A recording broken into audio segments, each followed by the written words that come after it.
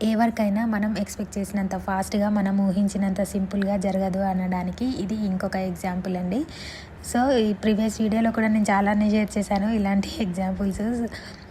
Dress రెడీనా అని message చేసినంత ఈజీగా అయితే బ్యాక్‌గ్రౌండ్‌లో వర్క్ అస్సలు జరగదు. సో, ఇదొచ్చేసి డైయింగ్ ప్రాసెస్ అనమాట. నాకు నా మీద నమ్మకం ఎక్కువ. సో, ప్రతిసారి నేనే డైయింగ్ దగ్గరుండి ఆ షేడ్ చూసుకొని, డై చేయించుకొని తీసుకొనొస్తాననమాట.